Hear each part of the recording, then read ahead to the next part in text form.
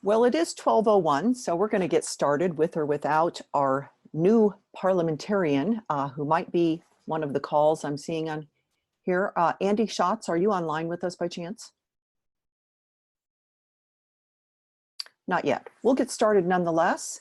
So welcome everyone to the SPJ board meeting of today. We're happy to have a full board here with a couple of absences, which we'll call out here in just a second. As well as a couple of other members on with us. So, Madam Secretary Treasurer, would you please read the roll?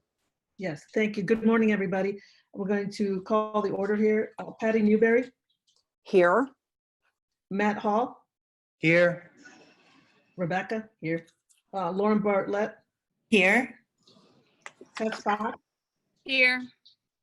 Yvette Walker. Hello. Oh, and by the way, Patty, here. Andy is on the line. He texted me. Thank you. Yvette Walker will be absent today. No, I'm here. Sorry, Yvette Davila Richards will be absent today. And Mike Riley. Here. And who else is joining us today? Agit. Hagit Lamore is joining us at my invitation. I see Michael Koretsky is on the line. Jonathan Make is on the line. Bob Becker, Hazel Becker are both on the line. Anybody else who is on the line who'd like to introduce themselves as we begin? This is just Billy from SPJ headquarters. I know I'm going to speak later, but for now I'm just kind of hanging out. Excellent, happy to have you. And I would like to introduce and recognize Andy Schatz, who's with us by phone. Andy is going to serve as parliamentarian, and I'm going to let him explain briefly what that means.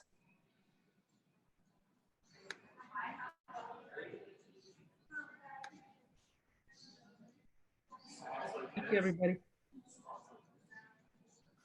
Andy, are you able to hear me? And can you please explain the role of parliamentarian?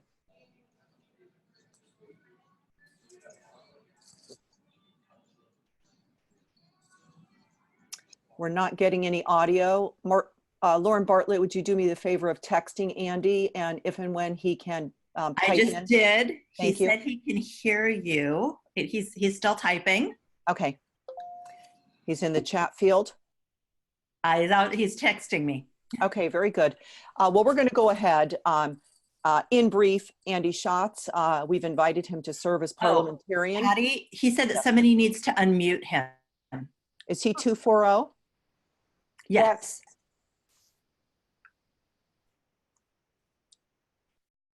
Let's see, Jennifer, if you are on the call, you're the tech.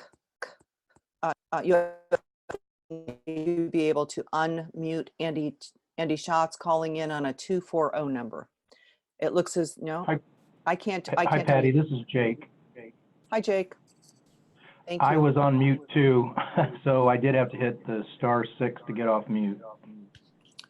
Andy, *6 to get off mute. Hello, can you hear me now? Yes, that worked. Thank you. Please introduce yourself Okay. and explain the role of parliamentarian to those of us on the call. Yes, thanks. Most of us have been on calls or on meetings and understand basically how our meetings work, but we had a policy review committee that decided that we need somebody to have handy at the meeting for procedural type things that's kind of thrown us in the past. And just as a reminder of how Robert's rules work, in general, at the strictest interpretation, the chair will recognize people, and that's the only time that they will speak. There is only discussion on an action once it has been introduced with a motion and a second, and then there's discussion. So we don't always follow those things very strictly, but it's just a reminder that the chair runs the meeting and kind of calls people, directs when there's discussion, and then the parliamentarian is there to be interpreting any type of questions about procedure. I might jump in if there hasn't been, say, a vote on something, or we're just not following the procedure like we should. But I sent out some an overview of how Robert's Rules work in an email about an hour or two ago. But I'll just be here kind of as a resource. Thanks very much, Andy, for serving in this new role for us. I'd like to move to number 3 on the agenda. Do I have a motion to consider the minutes, the draft of minutes from September 5 and September 8? I need a motion. I'll move I those need- with some So amendments. moved. I'll second.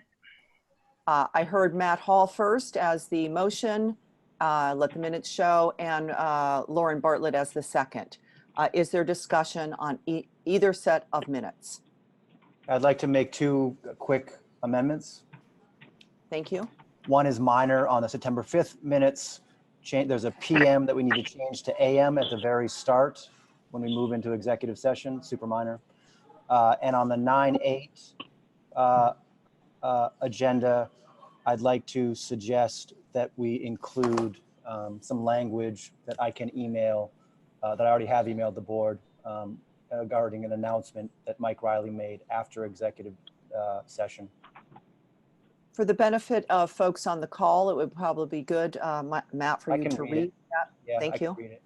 The announcement after we leave. Also, I would like to suggest that we include the reasons for going into executive session. So the minutes should be amended to read, and again, I'll email this to Rebecca. The board voted at 11:51 a.m. CDT to enter executive session to discuss EIJ contractual business orientation. And then an announcement after the exit of executive session that reads as follows. Riley said that he was continuing for the second year of the term to be a Google News Initiative trainer through SPJ, and that he would recuse himself from votes or serious discussion about the Google program.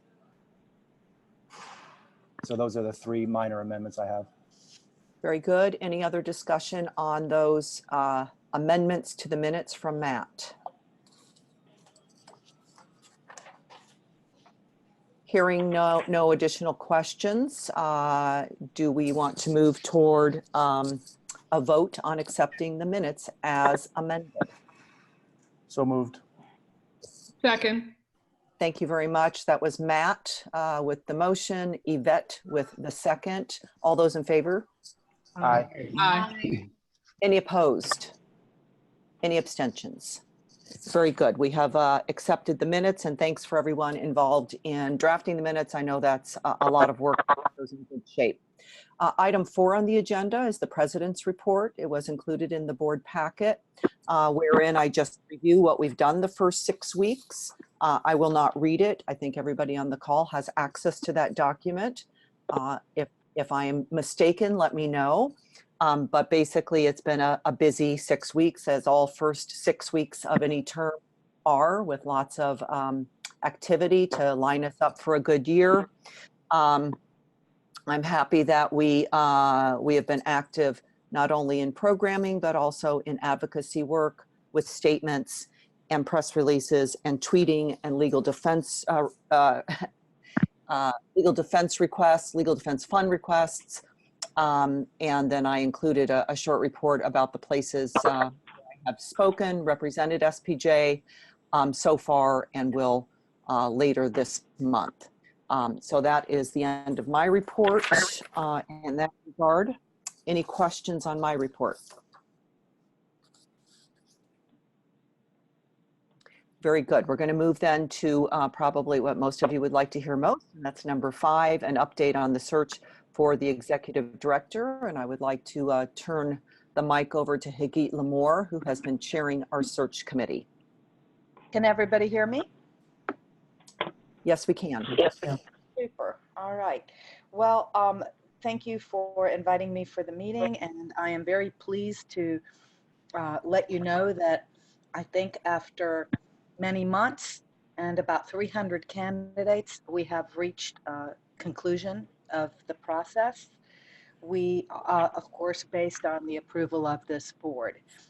We have just in the last few days interviewed in person 2 final candidates, and just to catch you up on how we got here. I think everyone is familiar, but just in case not, it's best to have it all in front of us.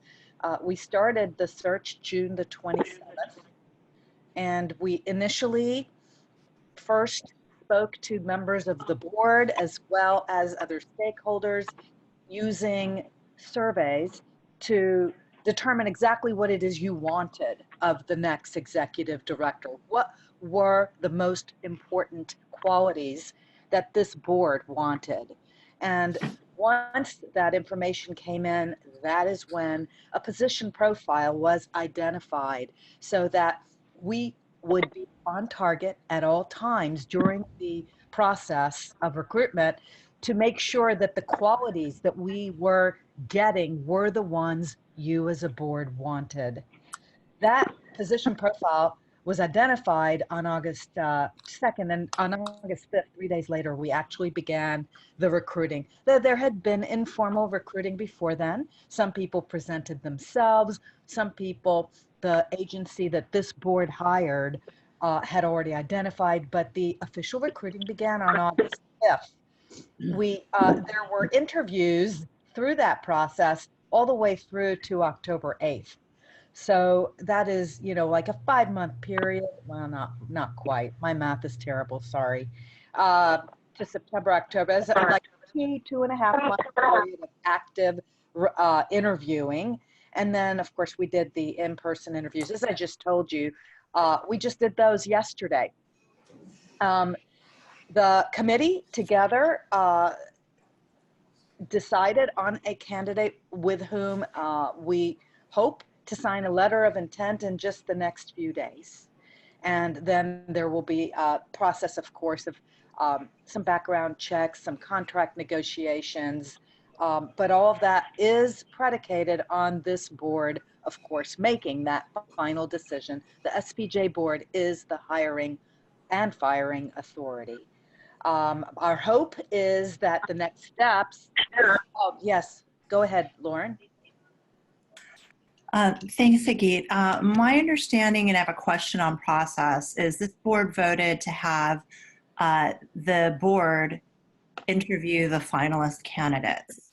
So is that going to be happening? Lauren, if I might ask you to allow Hagit to finish the run through, and then we'll definitely get to that question. Absolutely. Thank you. Thank you very much. Thank you.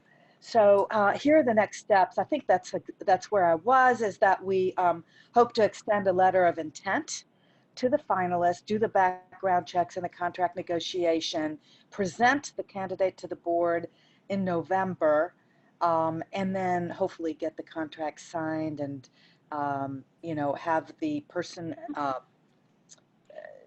if necessary, notify an employer and the SPJ president inform the staff.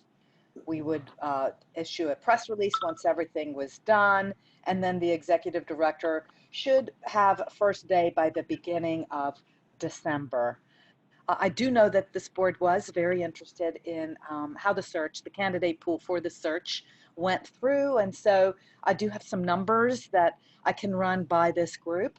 All in all, about 300 candidates in the end were considered in one way or another. And by that could be very preliminary in people who sent in their information and did not advance very far, but still were part of the pool.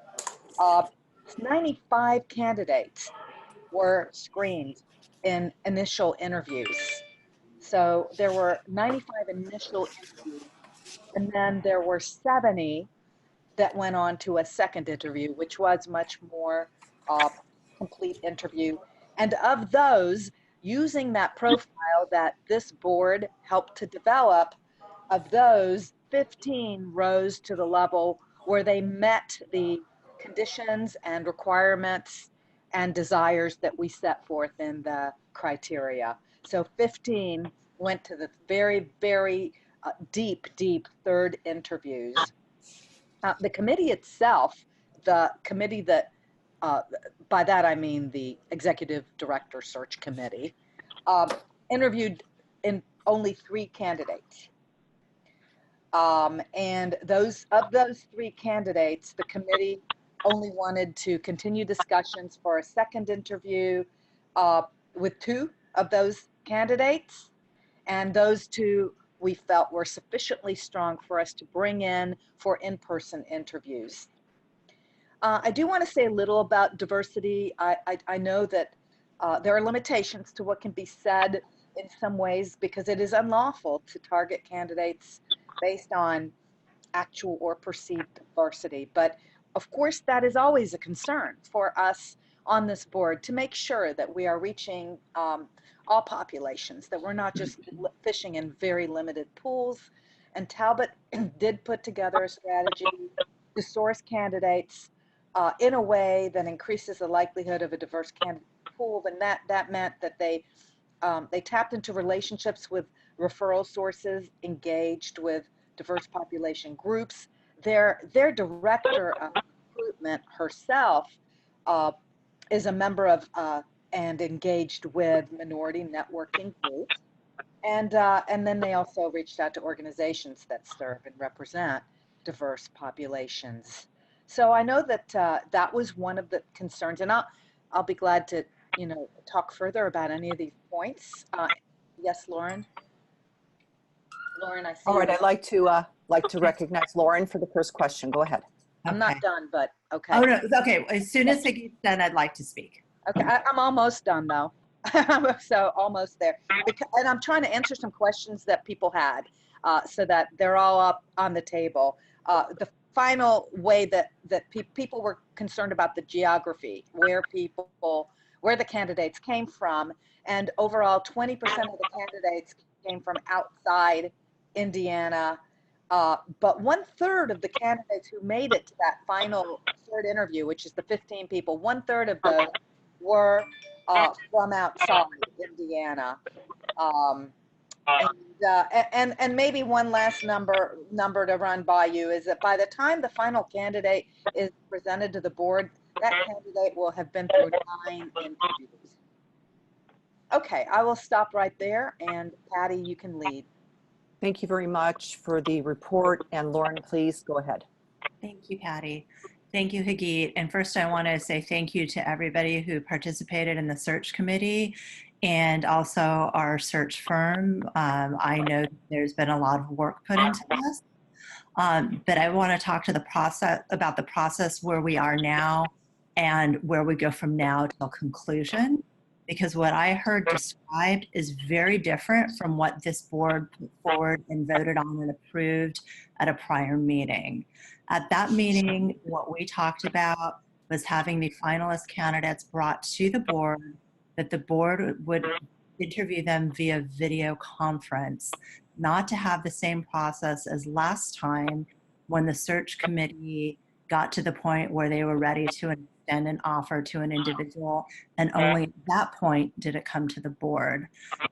At the time, the majority of this board, and I know it was a bigger board at the time, but all but one member, current members were on that board, felt that it was important for this board to have input and a say and not feel like we were a final sign-off. I still feel extremely strongly about that approach. And while that motion initially called for 3 candidates, the fact that the search committee feels very strongly about 2 and not 3, I am comfortable with following that process with just the 2, but I'm not comfortable with the process as it was outlined. Jonathan Make, thank you, Lauren. Jonathan Make asked to make a comment or question. Oh, okay, sure. My question is, could we get a description of the finalist in terms of something that I guess wouldn't, out the person, but that could, let the membership know, this person has led an association before, or run a staff of this number of people. Those kind of generic descriptions, I think that would be helpful. And I guess I personally endorse that it does seem like it would be transparent and helpful to have the full board involved. And I really appreciate the update and transparency on the search up to this point. Thank you, Jonathan. Hagit, do you want to jump back in and talk in general terms about the candidate that we favor. We talked about this, of course, at the search committee yesterday. How much would be appropriate to say at this point, given that we have a candidate that we would like to present a letter of intent to, but that's where it stands right now, right? We haven't moved forward. So, Hagit, what can we share at this point about the candidate?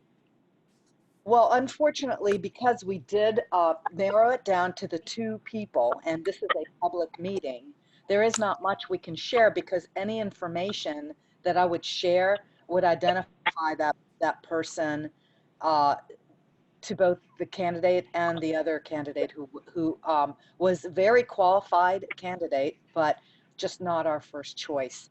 So I believe I am legally unable to share information other than to tell you that, you know what, if you give me a minute, I can see if well,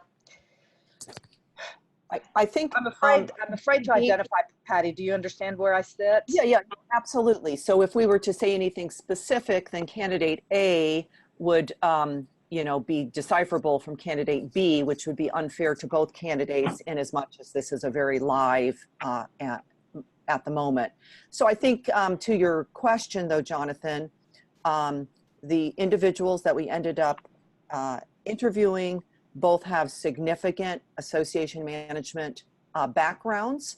We felt they were both fit the job description profile that we that we compiled with the 2 board surveys and with the staff survey. Importantly, both boards and the staff completed surveys as we put that job description together. And I, as a person and as your board president, I'm super excited about where we landed on this. And so that's what I would add. I know it's not very specific, but I think Patty, that's as much as we can say. Patty, if I may add one thing, the staff met both individuals, and the staff said they would be happy to work with either one, and sent emails to our committee begging us to please make a decision and bring somebody in there immediately, that they felt like they have been without a rudder for entirely too long, and that they really were hoping that we would agree with them that one of these candidates would be a good leader for them, and they were happy with either one. All right, Mike Riley would like to be heard. To echo Lauren's thoughts, we clearly have laid out the process. We need to follow that process. I don't want to see anything railroaded. I think we need to have time to vet the candidate. We need to get this right, and we have the final vote on this. That committee that has done a fine job of narrowing the field is largely a foundation-led committee, and there's no board-only members, SPJ board-only members on it. So I think we need to have a say here on the back end, and we need to interview this candidate, meet with this candidate, rather than just having the information put in front of us and said, okay, here's who we've chosen, you're going to approve it, rubber stamp it. This is an important, critical decision to the future of the organization. We laid it out very clearly in that motion we passed, and we need to follow it. And the staff, if that requires that staff to wait a little longer, they're going to wait a little longer. I also would like to recognize Rebecca. Okay, so I'm new to this, so I don't know what was discussed in the previous board meetings, but I was on the selection committee for the current NHJ executive director. We had a committee of 3, and we did extensive research. I think we cut it down to like 13 people. And although I respect what the other board members have, and again, I don't know what you guys decided in previous board meetings, but I think sometimes we have to have trust in Hagit and their people and the staff. Because when we open it up to all these board meetings, what I think is great, maybe Lauren doesn't think is great, and we open it to more process, and what happens is, I believe, is that it prolongs the process. I mean, poor staff people, they haven't had someone helping them. I think I have to put trust in the committee that's really, put effort into finding the right person. Again, they're journalists, so, they're going to flush out the good, bad, and ugly. My biggest fear is this, and something that I learned from the NHJ, because in the end, what we did is we gave everybody the applications and everything, and we voted on them. No one ever questioned the candidates.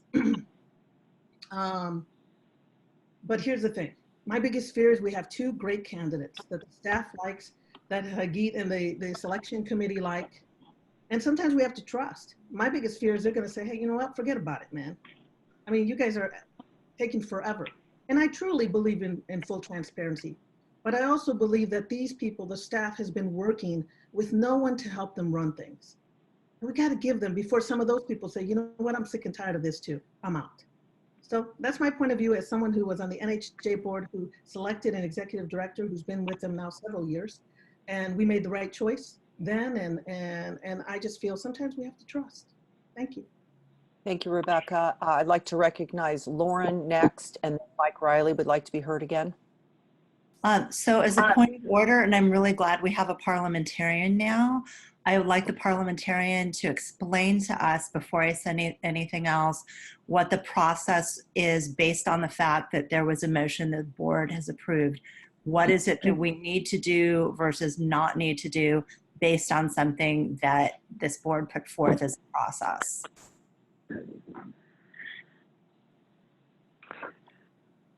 Patty, do you want me to speak? Andy, I would like you to speak. Yes, thank you. Okay.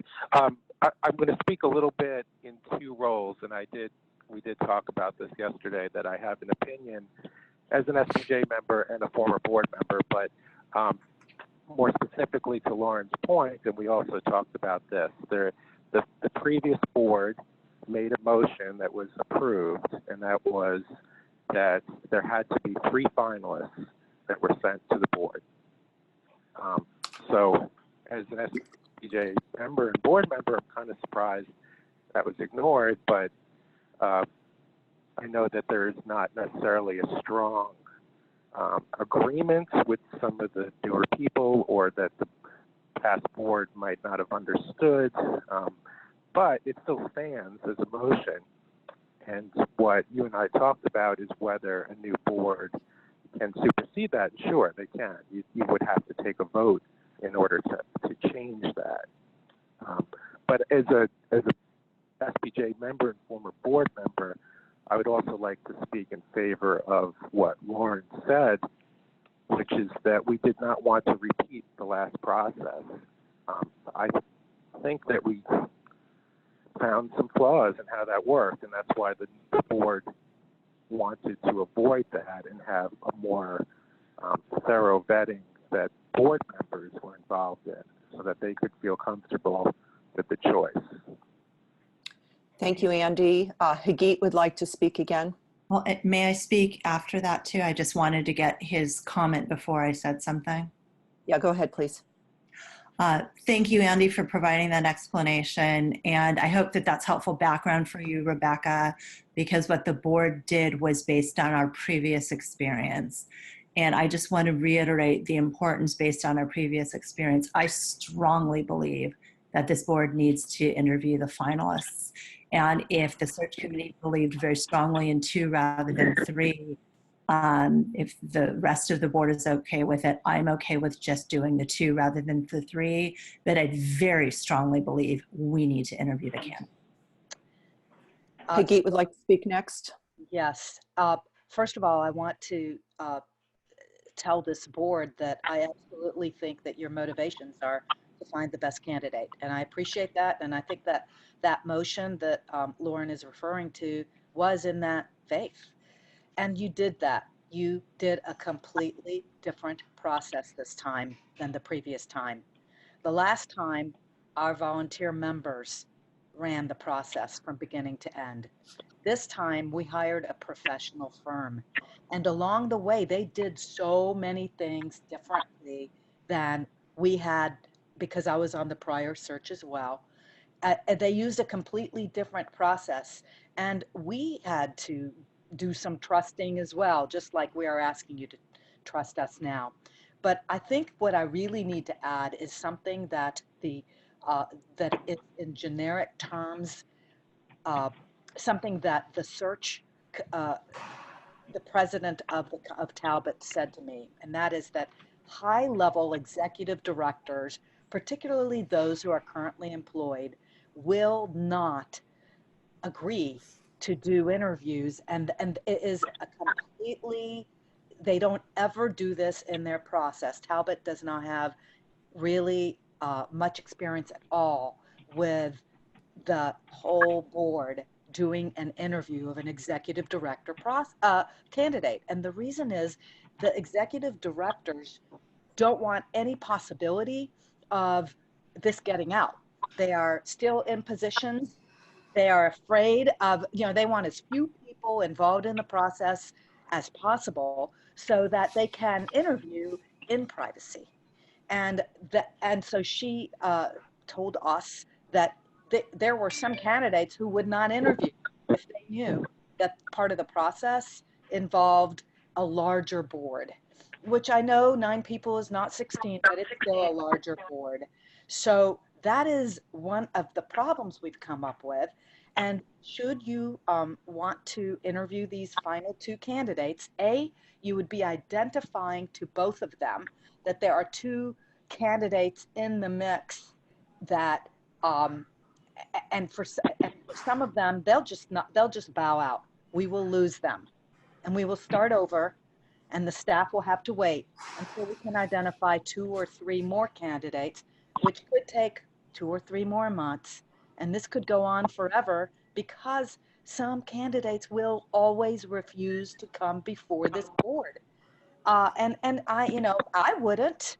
I'd be happy to talk to anyone, but apparently in the executive director world, this is how many of them feel. So that is part of the reason why we did it this way, based on the advice of Talbot, who we hired at the behest of this board. This board wanted a different process. This is a different process that led us to this moment. Is there other commentary? Matt Hall. I'd just like to say I appreciate this discussion. When we first had the vote, I was on the fence, I'd say. I could see both sides of this issue. But ultimately, I voted to bring 3 candidates to the board. But I would like to say now that I think we have a really great candidate. A piece of information I don't think has been shared yet. It was a unanimous vote. All our members were really, really excited about this person. Staff is really excited about this person. And as has been articulated, staff really wants someone on board. What Rebecca said really resonates with me, that this is a trust issue. What Mike said is true. There are no solely SPJ board members on this group, but there are, your president and your president-elect are on this group. And I don't think that's nothing. I'd also like to say, we don't want to lose this person. This person seems like they're going to accept an offer reasonably in our range. That's also an important factor. All the things Hagit said are true, that in this world, we could lose this person to another job. And I'm really worried about that. When I took that vote, I didn't realize the lay of the land as I do now. This is a best practice to let the task force bring a person to. And here is a second piece of key information. Not only was it a unanimous vote, but this is an important piece of information for this board. This is not a rubber stamp. The board will get to talk to and ask questions of the person before signing off on it, before deciding this is a person we trust. And I think that's important too. And that's another way that this process has changed significantly, because that did not happen last time. Last time we were brought a name and we could vote on that name. This time the candidate will be before you in a video conference. Now that's not 3 people, that's not 2 people, but I'm really worried that we're gonna lose the one person who is gonna do great things this year and in the years ahead. And so I would like to make a motion that we eliminate that procedure that we put in on June 1st. Are there any additional questions before we go to a? May I speak to There's Bob a Becker would like- motion on the, there's a motion on the floor. Right, so I'm sorry. you Thank you, have thank you, to- Andy. There's a motion on the floor. Is there a second to Matt's motion? Matt, please restate your motion. That we eliminate the procedure to bring 3 candidates to the board. Is there a second? I second. Rebecca seconds. Are we ready to vote? Is there any additional commentary? Andy, can I go to additional commentary before we vote? Yeah, sure. You're supposed to. Thank you. There's additional commentary. Bob Becker had his hand up first. Yeah, as a practical matter, one board cannot bind its successor in that way. So the fact that the board took that vote was applicable during the time that that board was in place. At this point, that vote does not bind the current board because, quite frankly, the board is made up of different people now.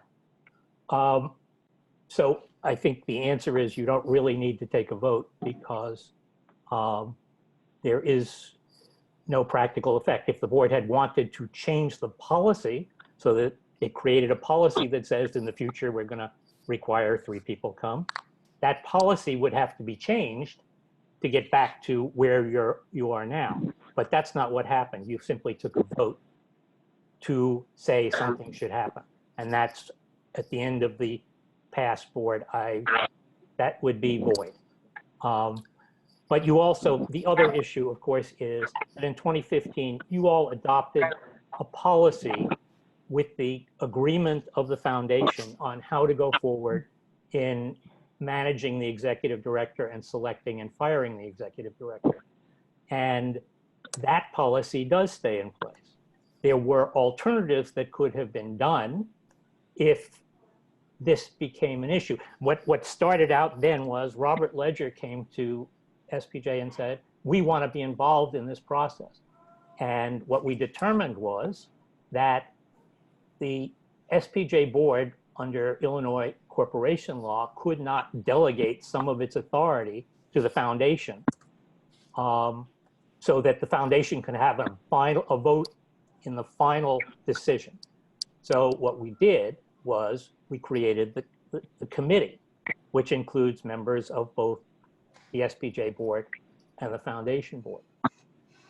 I suppose to solve the problem you now have, we could have said when we reorganized everything, instead of having 2 appointed members of the SPJ board each year, we will have 2 foundation members who get appointed to the SPJ board. And those 2 people would then have a say as members of the SPJ board in selecting an executive director. But on trusting that both boards would follow the policy, the foundation agreed to have it done the way we structured it.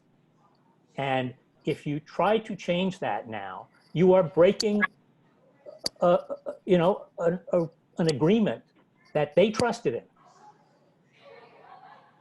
And I think that's someplace you don't want to go. Point of information though, Bob, the bylaws lay out the composition of the search committee, but they don't address what we're talking about at this moment in terms of how many candidates are presented to the board at the end of the process, correct? The policy says that the search committee will bring a candidate or candidates to you. And it's a policy, it's not in the bylaws. If the decision of the committee to bring you one candidate is what the agreement was, if that was the decision of the committee that's made up of 2 people appointed by the president of the foundation, 2 people appointed by the SPJ president or the SPJ board, and a chair who is appointed by the SPJ president. And the chair, it doesn't say who the chair has to be. It doesn't say the chair could be somebody who's not a member of either board. But in this case, the decision was made that Geet would be the chair. So you have a committee that's equally divided plus one person, who in this case is a foundation person, but she certainly has a lot of experience as a leader of SPJ. And that was the policy you all agreed on. So I really think you need to follow the policy. Patty, do you mind if I respond to that? Yes, go ahead, Andy. And then Yvette Walker. I will say that I think Bob, I trust Bob's judgment on things like this. He's smarter than me. But I will also say that I think I disagree with that interpretation, because what was not passed was something for the board to follow as long as there's a board, that particular board. What was passed was a procedure for the search. And if we were to use that same standard, that once the board leaves and the new board comes in, it undoes everything that board does. In fact, we no longer have a search committee. You'd have to have the new board pass a search committee. So I think that the motion that was passed really stands for the life of the search, but it does not prohibit a new board from coming in and changing any of that. And I would say that I believe that's what's on the floor right now with Matt's motion to suspend the earlier motion with the new motion that would supersede it. Yvette Walker, please. Hi, thank you. I trust the search committee, and I do believe that the executive director searches are a different kind of animal. What I want to just make a comment on is I think largely a problem that we had before was a lack of confidence by the board, and I want to make sure that we don't see that happen here. So, I mean, I believe we probably have two really good candidates, and I'd love to see the one that the board is presenting. I would like, or rather that the search committee is presenting. But I'd like the board to remember that we need to place our faith in the process and place our faith in this new executive director coming in. I don't want to see division in the board and a lack of confidence in a new executive director. That just will not help this board at all, and I don't believe won't help SPJ. I do believe that, like I said, I do trust the search committee, and I welcome being able to speak to the candidate that they recommended. But I do have a concern that, that any division in this board and a lack of trust in this new executive director, it will hurt us. Thank you. And let's see, I do see your hand up, Lauren, but I believe Jonathan Make, did you want to ask another question? Yes, thank you.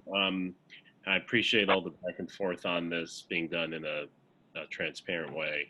I was just wondering, could I get the rationale explained why, whether it's 1, 2, or 3 candidates, why they wouldn't want to just meet with only the board, given that still, although I guess it's greater than 9 and, a greater number, it's still a private thing, and it isn't many more people. It wouldn't be like, any SPJ member, including me, we wouldn't be able to participate. So I'm not, if someone could just explain that, thanks. Agit? Yes, thank you so much, and total respect for you bringing all of this up. So a lot of the people who go for these jobs have current positions and do not want any possibility of the information getting out. They feel they already have spoken to a board, to a group, which was the search committee, and they do not and it's not about our board. I don't want anyone to think it's that they don't trust our board versus any other board. This is really standard. They just don't go before the board. They will, of course, come and talk to you and give you a chance to ask questions, do that video conference, but they do not do preliminary interviews. And Talbot explained to us, unfortunately, that some candidates will absolutely opt out if they have to go before multiple groups. So, you know, Jonathan, I'm not in this line of work myself. I'll talk to as many people as want to talk to me about something, but I have to respect Talbot for their knowledge. This is what they do for a living, and this is what they informed us. And in fact, there's so many things that the people on this committee, the search committee, would love to share with you, not just the board, but with all of the members, that we just could not do because of the way that Talbot runs its ship, which is a very tight methodology. But this board, the SPJ board, wanted this process. You wanted us to hire a professional search firm. And so we on the committee feel bound to follow their rules. And these are their rules, and we're taking their advice. So that's. Thank you. Thank you, Hagit. Before I call on you, Lauren, I just want to add that, you know, we are super excited about the person that we want to bring to you very soon. And so that needs to be said time and time again. We really have great confidence in this individual as being the next visionary leader of SPJ. But I'll also say that one methodology that would be different from the last hire, where we were presented the candidate and the candidate's resume, and that was the extent of our knowledge of the candidate. The intention here is to bring the candidate to the full board with the candidate's resume at that time, or perhaps beforehand, I don't know the exact timing, but it's, and the board, of course, would have an up or down vote if you don't like the candidate, don't feel confident in the candidate that the search committee has identified, then we would have a second candidate, and this would all be done confidentially and so forth. So, so that is a different, and I think a qualitative difference in the procedure that's planned this time, is that the individual would meet in executive session with the entire board to talk with us all before a vote. So thank you, Lauren. Thank you, Patty. There's one issue that I feel is very, very important to address, because there are two board members who brought up the issue of trust. I believe Patty, Matt, and I are the only current board members who were on the board at the time the previous executive director was chosen. And so I just want to make sure that it's clear for this board and all of our members and others who are watching that we all had a great deal of trust in our search committee. We all had a great deal of respect for our committee members, and trust is not and has never been an issue. The issue is the process and the ability for the board to have a say and input. The last process, the person was brought to the board. It was essentially, as a term somebody else used that I am borrowing, so it is not my term, a fait accompli. There had been to the point where a salary had been negotiated. And because of the trust we all had in that search committee, we moved forward.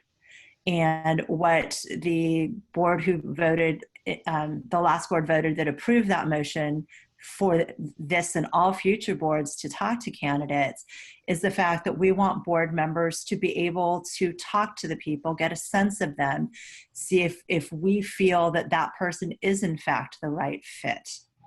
And so I wanted to make sure that the record was clear and straight on that issue. I have just as much trust in this search committee as I did the previous. It has nothing to do with that. Is there any additional comment? Seeing none, we have a motion on the floor and we have a second. I think that we need either Matt to restate the motion or Rebecca to read it so everybody knows what we're voting on. That we suspend the requirement that the board interview 3 finalists. All right, we're ready to take a vote. All those in favor? I think we're going to need to do a roll call vote so that we can get everybody on the record and be clear about the votes. So Rebecca Aguilar, if I could have you read the roll and have each member of the board vote on Matt's motion. Patty Newberry, No. Matt Hall, No, I'm sorry. Oh my gosh, I said it backwards. I'm sorry. I support, I'm a yes on Matt's motion. I'm sorry. okay. Sorry. Thank you for that correction. Matt? Thank you. Yes. Okay. Rebecca, yes. Lauren Bartlett. No. Tess Fox. Yes. Yvette Walker. Yes. Mike Riley. No. Thank you.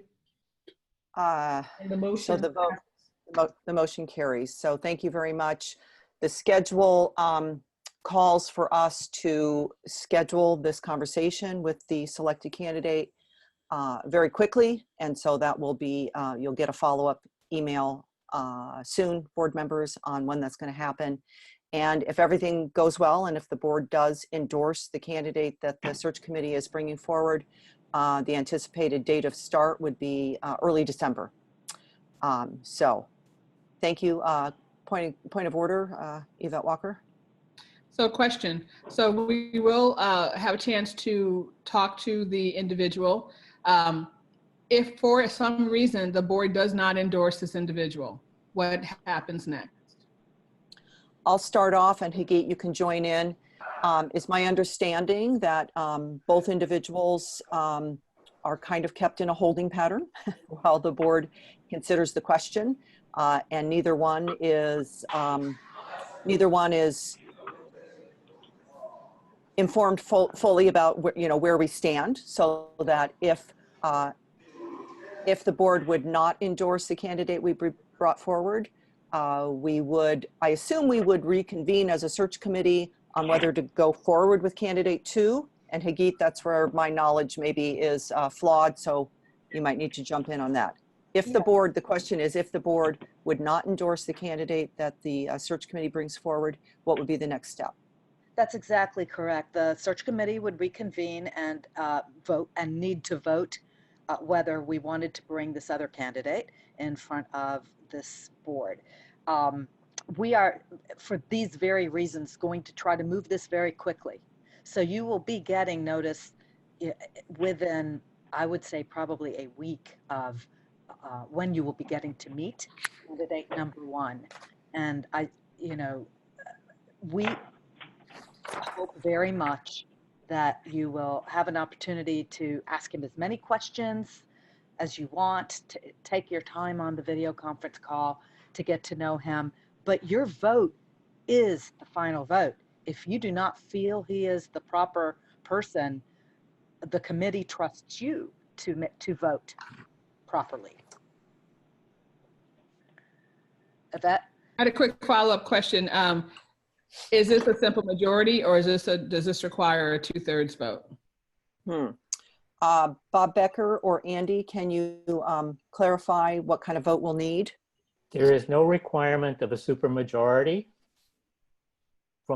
to pick a executive director. So just a simple majority is enough. Majority. All right, thank you very much. Lauren Bartlett. From a process standpoint and setting the meeting, are you going to do what we typically do, giving board members a few options, or is there going to be just one option, and if you make it, great, and if you can't, you can't?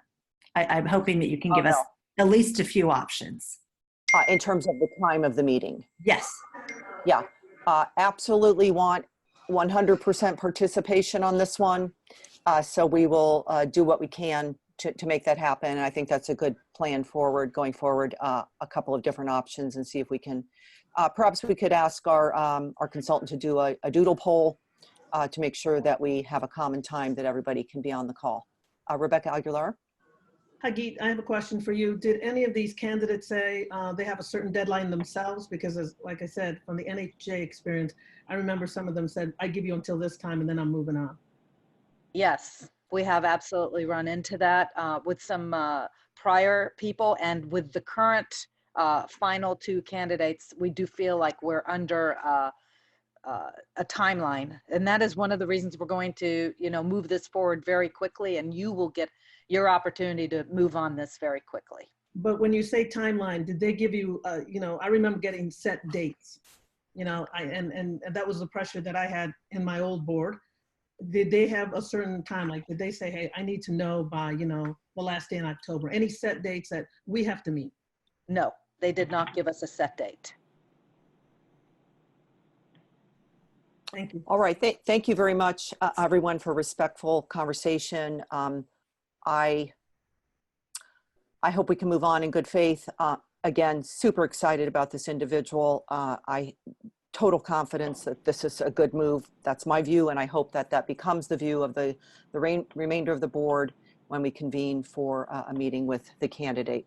So next on the agenda is Matt Hall going to give us an update on where we stand on our strategic planning task force, year 2.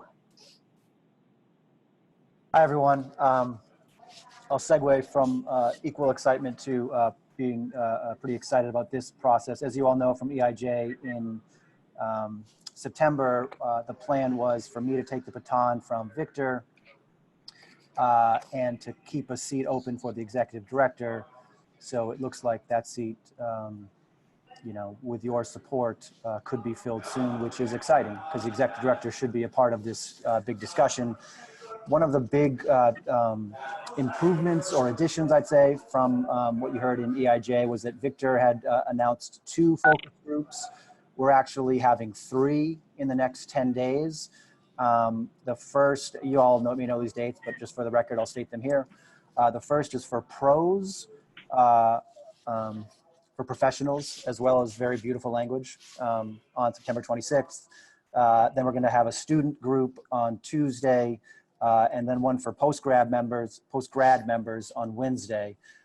We've got a very good turnout for the pros. I think it's about 37 or 38 members. I'm looking at the chart now. Have said they want to take part in that focus group. So that's really a huge, really good turnout. We got about 14 student members and 7 post-grad members so far. So what I would hope and ask of each of you is that you tap into your young member and student member networks and send those dates. I can send them out with the form that we have for easy signups to all of you, and that you ask young members particularly to take part in this, because I think this is really going to position us in a strong way to then have a discussion about what we want to do and all the things that you heard Victor say very eloquently, and others. The task force, every member is still on board, very excited to reconvene in November once we go through these new focus groups and get the data back. So that would be very helpful. Also, with Tess's help, we have our surveying Gen J members. So we have another email survey in the works to get at more younger membership data that will, again, really position us strongly for these discussions. And just to wrap up, the plan is still to bring to the board in April something in writing that can give us a chance to discuss, once again, what our strategy should be for the next 2 or 3 years. Thank you. Mike Riley put a question in chat. Would you like to offer that question, Mike? Yeah, I have some questions just about our process moving forward. Patty, Yvette, and I are all returning members of the committee.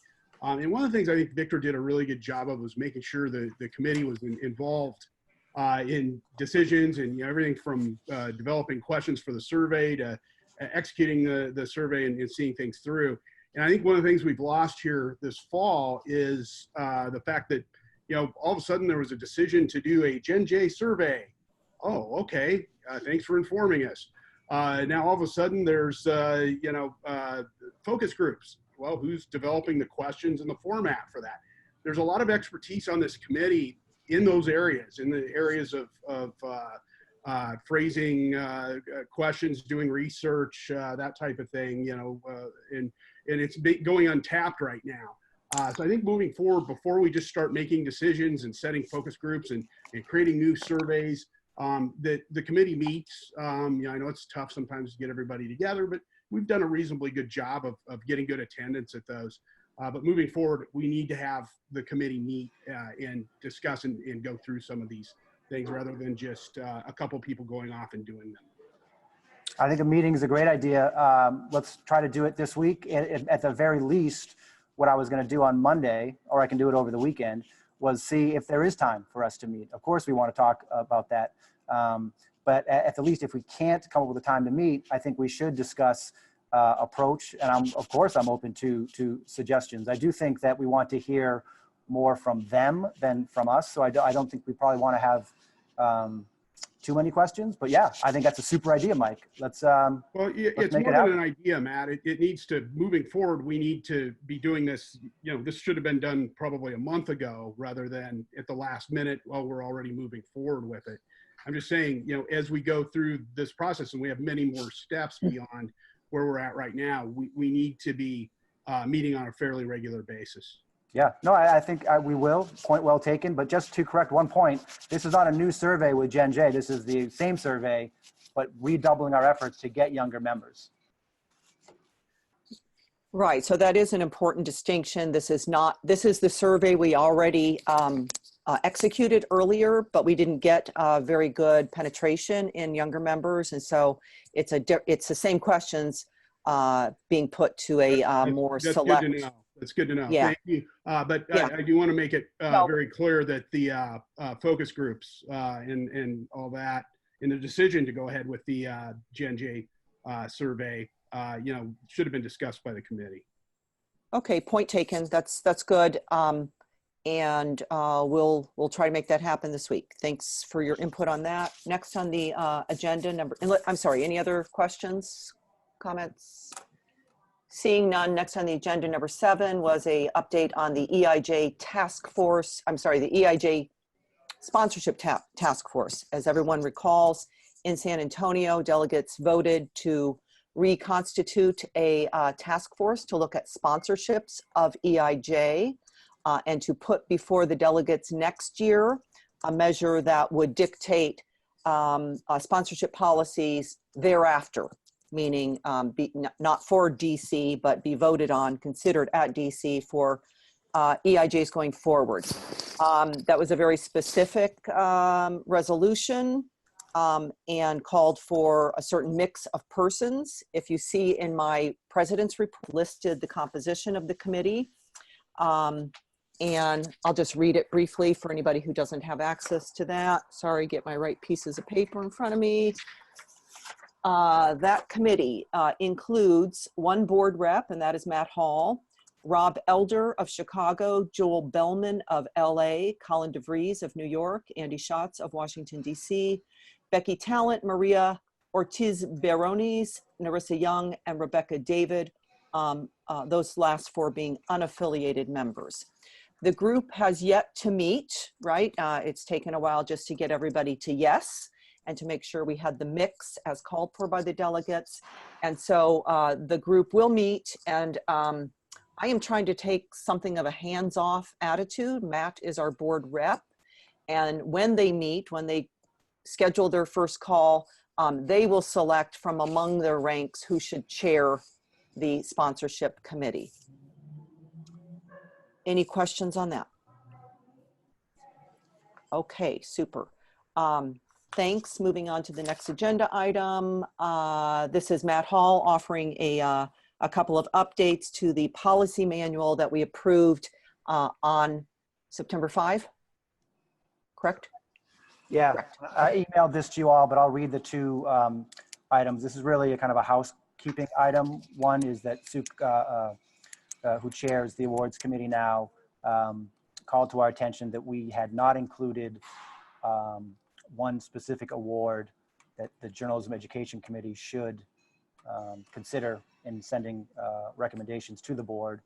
And the second is there's long-time references to a video that SPJ HQ is on paper as having to produce for delegates and people attending EIJ who will be voting on these issues. And They've never done that video. That was just something that got lost in the shuffle as the task force met in recent months to review that. And so my two proposals, I can email them to everyone again, Rebecca, just so you have it in writing, and I'll read them now, are that we adjust the SPJ board policy manual to 1, add a new B to the Journalism Education Committee item in the awards recommendation policy that says that the Julie Galvin Outstanding Graduate in Journalism Award, and that we alphabetize the rest of the list accordingly. And that 2, we delete references to a video for conference training, as this is something the staff has not done for years and doesn't have the bandwidth to do now. So I can send you those specific notations of where those are in the policy, but that would be my quick motion. Do we have a second on the motion? Second. Thank you, Yvette Walker. The second, is there any discussion about Matt's motion to make these adjustments to the policy manual? Happy to answer any questions. I typically would not ask questions, but I'm going to go ahead here. I think that there's some belief or some consideration of whether we do enough training for board members, whether board members are fully up to speed on their duties, legally, ethically, and practically, you know, what are the actual tasks of this job.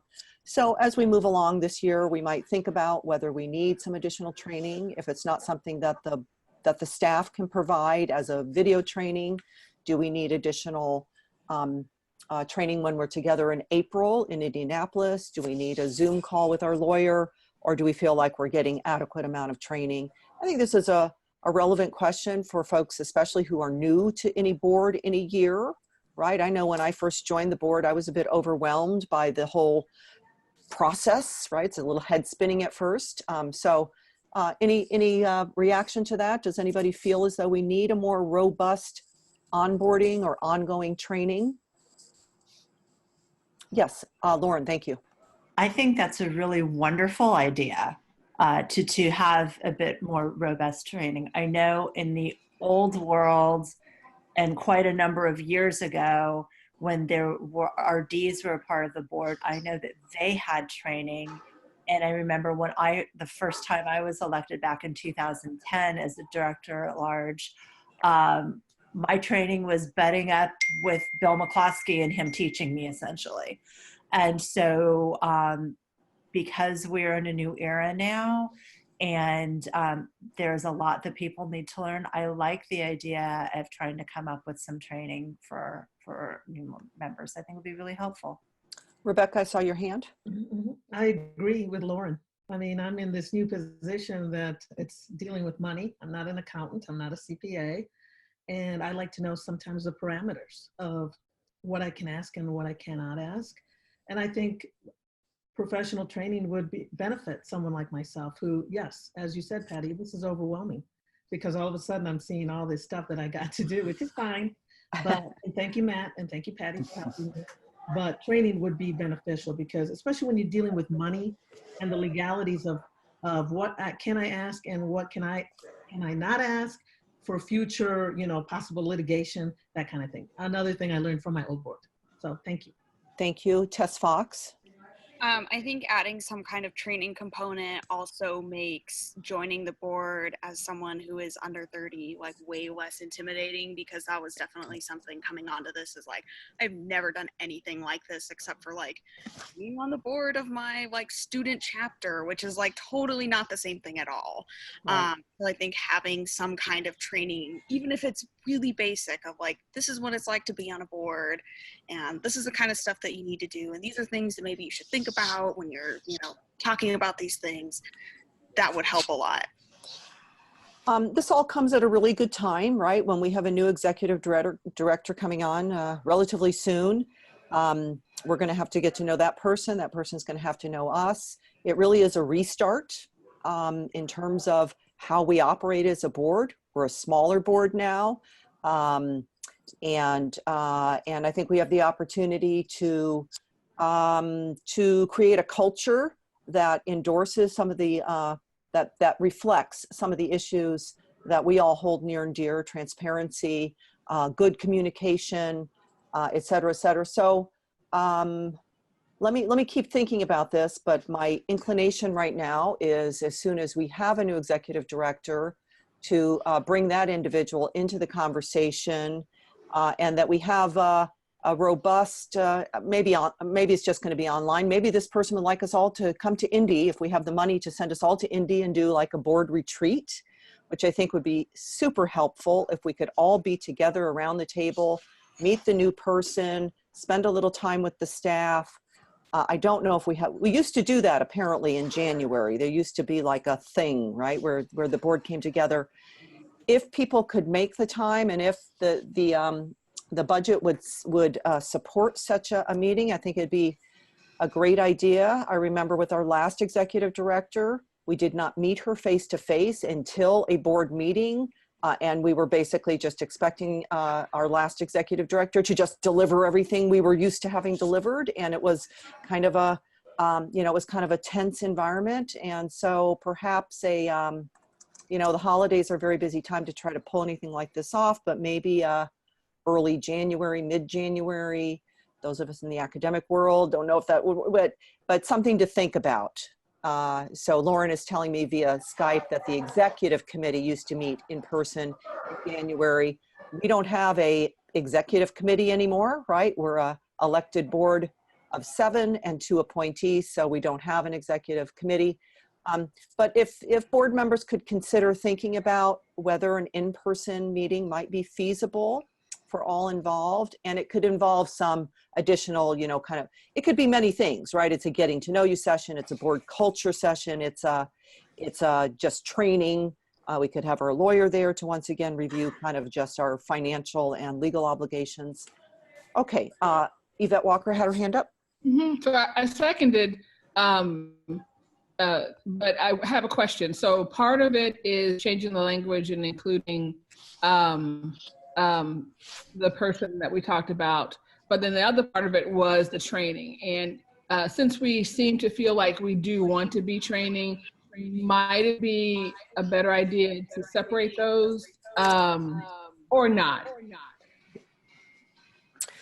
Here's one idea, and I know everybody's got their hand up now, which is great, but what if we did a two-part? We did a one-day, two-part. Part of the day was meeting the new executive director, part of the day with our attorney and with the practical aspects of our job.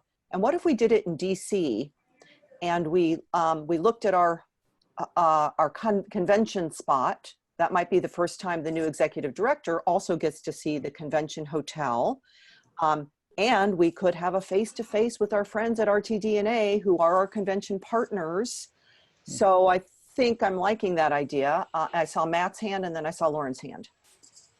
All right, just for starters, that's a really good idea. But to answer Yvette's question, the elimination of video training does not in any way eliminate the training. There's still paperwork that they need to prepare, and it's just that the way that it was dictated that they do the training was not how it was being done. So there is definitely training. It's just that one aspect that wasn't being done, that component is going to be off the table. That's a great question. Thank you. Lauren? Great idea, Patty. And I just want to mention Hazel Becker put in chat the idea of maybe that with a smaller board that we could meet 4 times a year in person, because in the old days, the board met twice a year and then exec met in person twice a year. So if we as a smaller group meet together 4 times a year and have training be a component of that, I think that would be, a really great way to go. Mm-hmm. Okay. I think that's something to consider. Part of it is financial. Do we have the stipends to support 4 in-person, right? Because asking people to pay out of their pockets precludes some people from serving on the board or even considering a candidacy. And of course, it interrupts our professional lives and our family lives to do that. So, but I love the idea of more FaceTime. I think we get a lot done and we make good decisions together. Tess Fox had her hand up. You kind of made my point for me, but 4 meetings in person a year on $16 an hour isn't going to work for me. And I know it won't work for a lot of people who are my age and at this point in my career. I just can't afford that. I can barely afford the 2 meetings, especially living on the West Coast, especially not being close to like a big international airport where I can, get an easy direct flight.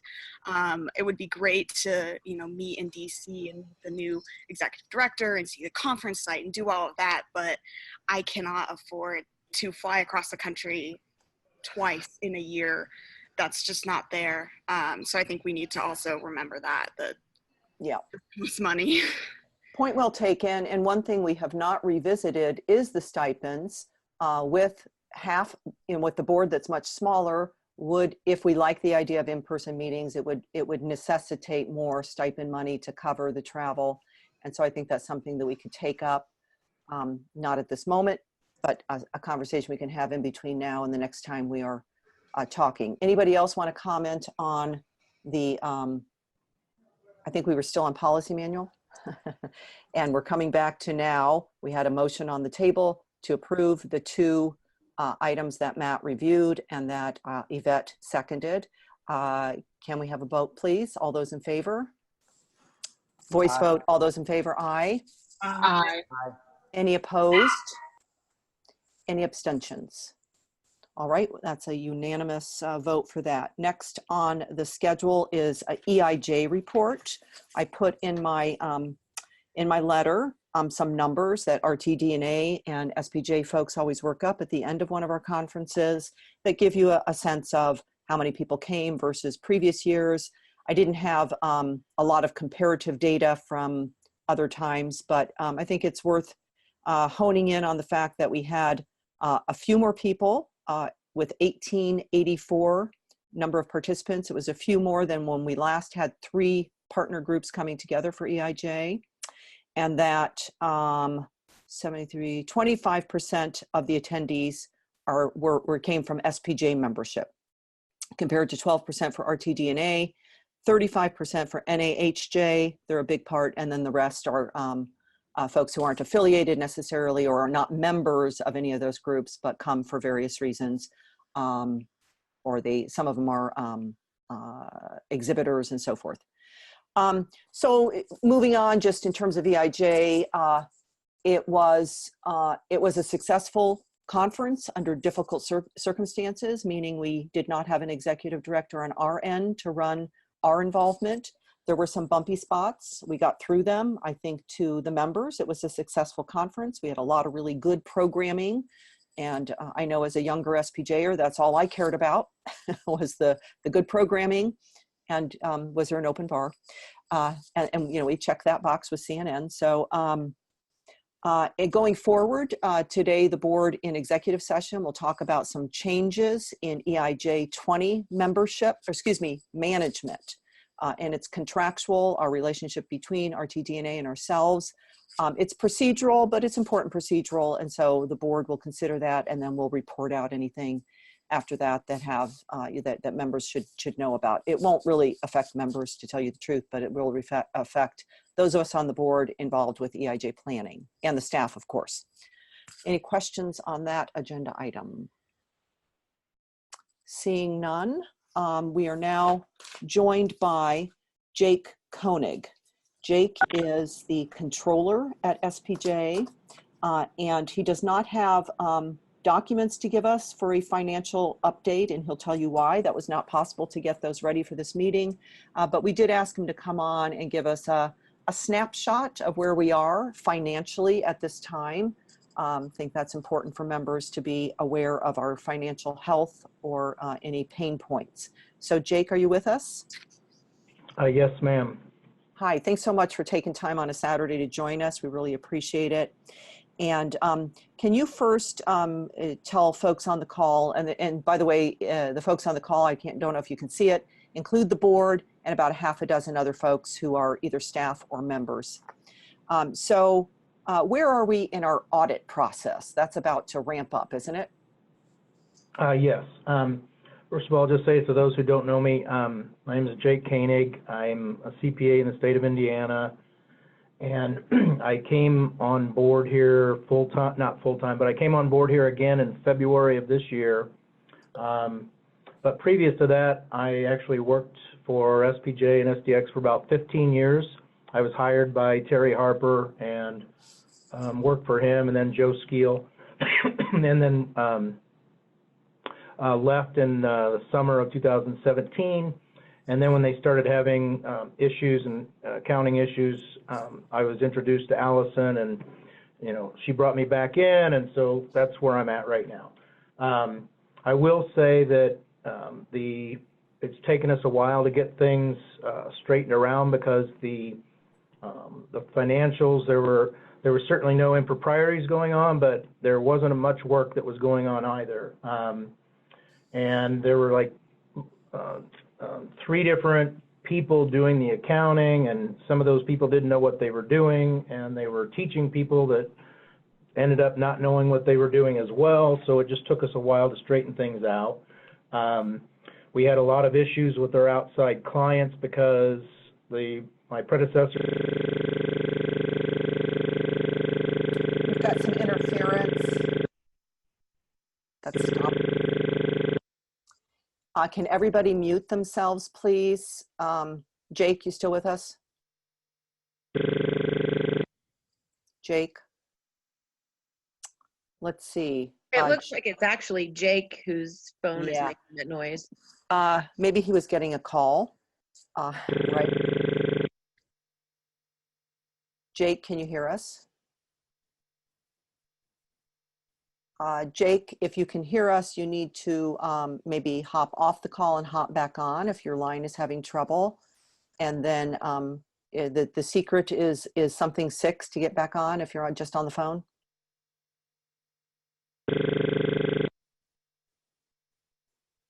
Andy Schatz. *6. Thank you, Hazel. *6. Jake, if you can hear me. Let's see, not Jonathan, Jennifer Royer, if you're on the call, if you would let Jake know. Yes, I'm texting him now. Thank you. *6 might to hop off and hop back on. All right.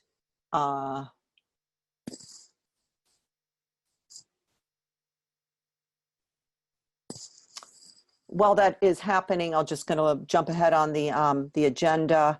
I put on the agenda committee reports, but we did not instruct committee chairs to prepare anything. So if there is somebody who is on who would like to give us a report, that would be great. Thank you, Rebecca. I'll call on you just a second. And then I would say that we did get a report in writing from Colin DeVries. He's not on the call, but he is our membership chair. And he shared a report through Mike Riley, who's his main contact on the board. Remember, we have this new organization chart. We're trying to help facilitate good communication. So I'm going to call on Rebecca first, unless Jake is back with us.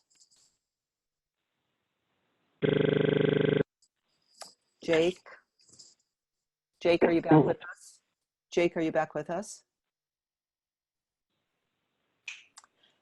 Rebecca, would you tell us what's going on with the Diversity Affairs Committee? All right, this is going to be really quick. Updating you, I've updated the board, the ones who were able to go to the EIJ conference, and everything went well as planned with the breakfast with the fellows, with the aha moments in the afternoon. We made sure that we recorded the fellows from 2019, letting the fellows from 2020 what to expect, how to enjoy it, that kind of thing. We have different videos that we'll be using throughout the year to keep promoting the fellowship.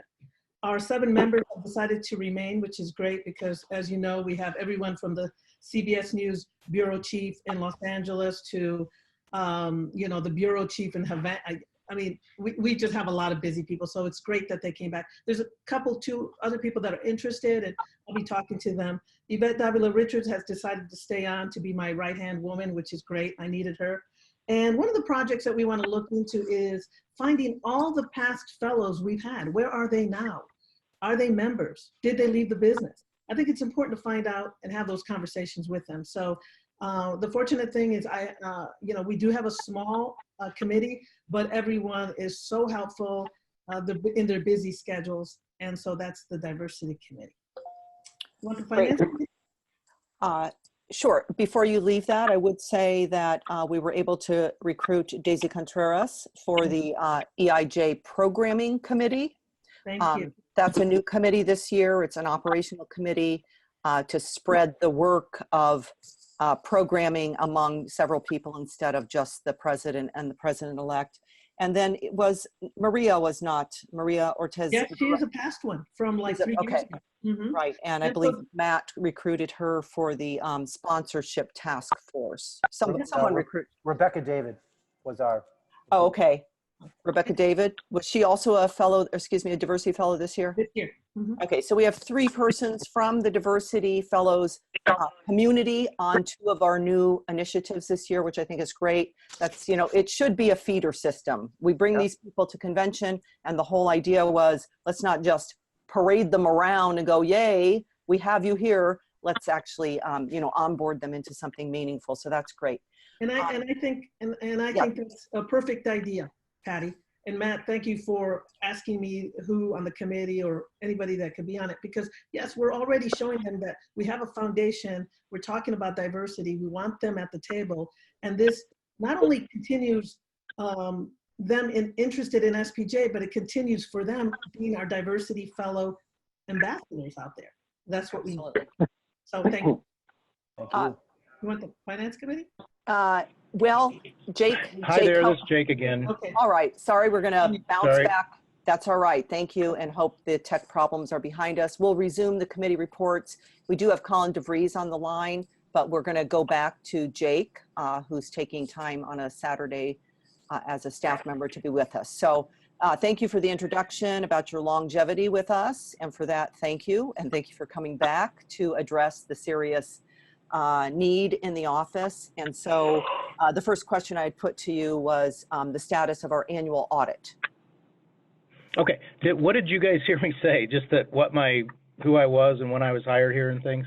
Yes, that was the breadth of it, and Okay. the number of years, et cetera. Yeah. Okay, 2 issues were going on. My phone, something happened to my phone in my office, but also I kept getting muted automatically by the system. Maybe they were just trying to tell me something. I don't know. But what I wanted to let you know is that when I came on board here in February, there were quite a few things that needed to be corrected. There were problems with our outside clients that we do work for, back office accounting and whatnot. A lot of the accounting just didn't get done, and a lot of it was done incorrectly. And so I was brought in here in February of this year, and kind of was getting as many things turned around and corrected as I could, and built back up the relationships with the outside clients that we had, because some of them were not getting responses for several months of making inquiries to us, just all kinds of things like that. I hired a full-time bookkeeper, Kathy Parker. She has 25 years of experience, and she started, I think, in July, and is definitely helping, and is going to be taking over working on our outside clients as well as with SPJ and SDX. She and I have been busy doing convention reconciliations and preparing for the audit. And as Patty said, our audit starts Monday, and we are prepared for that.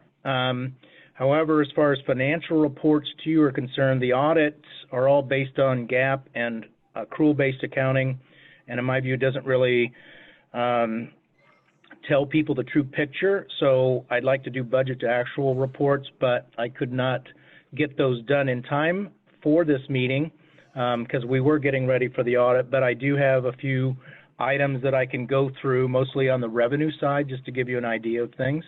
And for some of this, I may have to jump back in my office, so I'm hoping that my phone is going to get restarted and be working.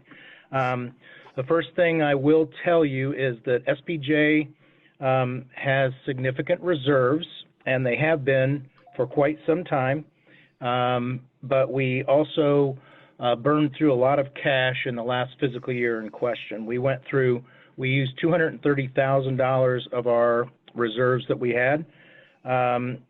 At the end of July 2017, we had $1 million in reserves.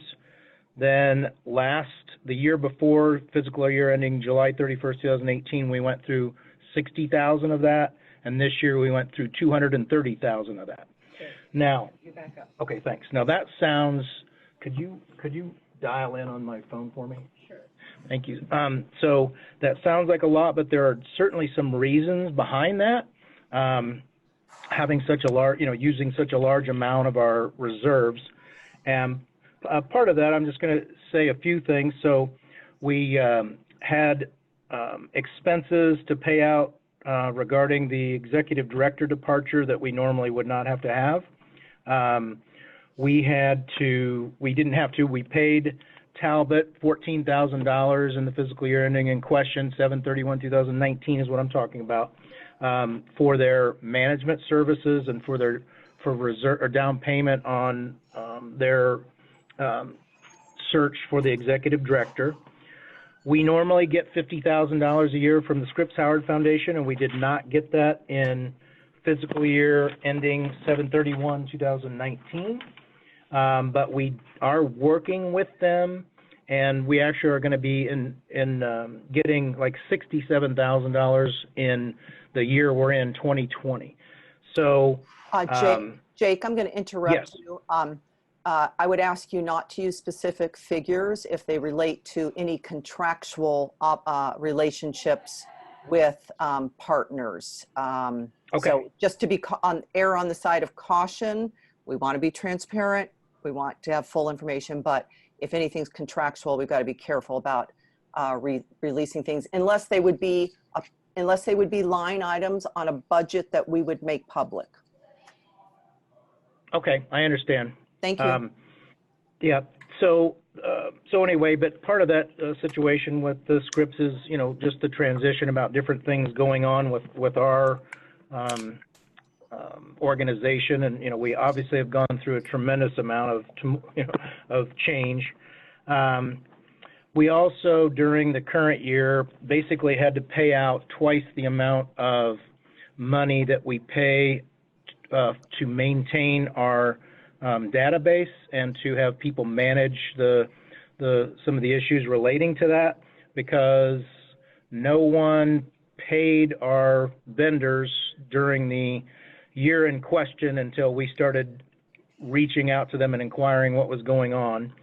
So again, I'm saying 230,000, but when you start taking off these numbers that I'm talking about, it makes a little bit more sense what's happening. It's just not an unknown, bleed of our assets. That there's specific reasons why things were happening. Part of it was because of all the transition that was going on, and part of it was the decisions that the board made to do different things and whatnot. And part of it was the delay in us, paying our vendors the prior year. With that said, we also have got some good things going on. So we renewed a contract with Google, and although the funding is and the process goes through Sigma Delta Chi, we are able to transition or allocate a lot of our current staff salary to that. So having Google as in a relationship with us, whether it's with the foundation or this SPJ, is significant because we can defer a lot of salaries that would otherwise be hitting our financial statements. So Lou Harry is doing a great job. He's trying to keep the costs down. He and I have been rebuilding our relationship with Google as well, because we ran into a bunch of problems with them because of just a lot of sloppy things going on and sloppy accounting work and things like that, but we're back in good graces with them. We have a Facebook contract right now, the foundation does, and they're negotiating in 2020 for that, and Lynn Walsh thinks that that's going to happen fairly soon. But again, that helps take some of the salaries away from the SPJ bottom line and puts them over to SDX, or I'm sorry, just how I know them, to the foundation, because that's where the revenue is coming through. We have a new client that we're working with, an outside client, and although we did lose both RTDNA and NAHJ as clients, so our revenue from that particular association management is down quite a bit this year. And part of it was, like I said, an ex-employee took those two entities with them, and they are now doing the accounting work. So it was not a good situation for us, but Allison did find one new client, and we're busy repairing any of the damages and making good with entities that we already have in-house to keep them happy.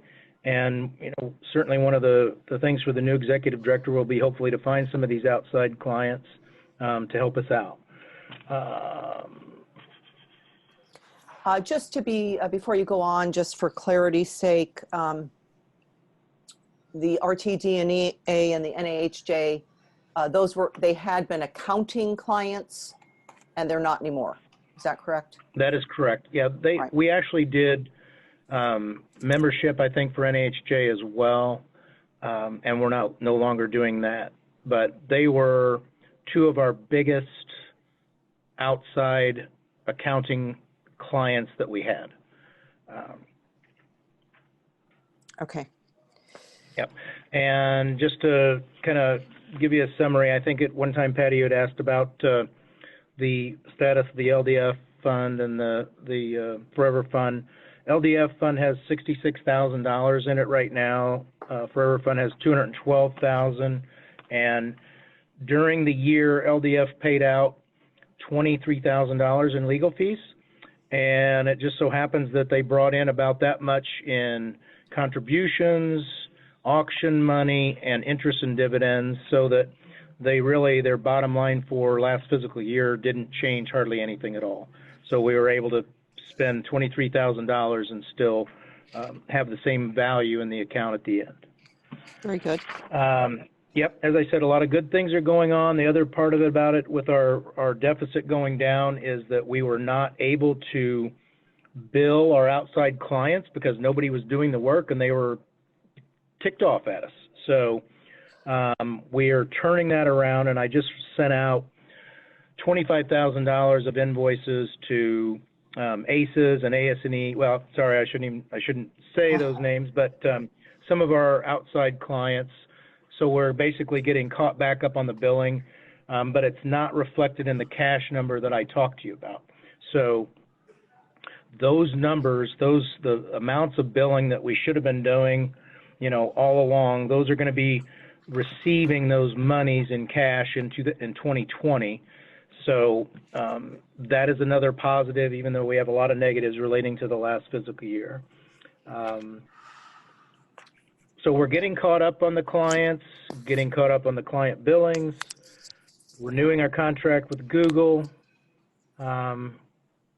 Good. And we've caught up on our database payments. We paid so the first payment to Blackbaud for our database services. That's reflected in this number that I gave you. So the membership was. Would you mind if I jump to my phone now, where my spreadsheet is? Were you going to look up membership revenue lines? Yeah, I was going to give you a summary of a few of the where we stood from a cash basis on that. Okay, sure.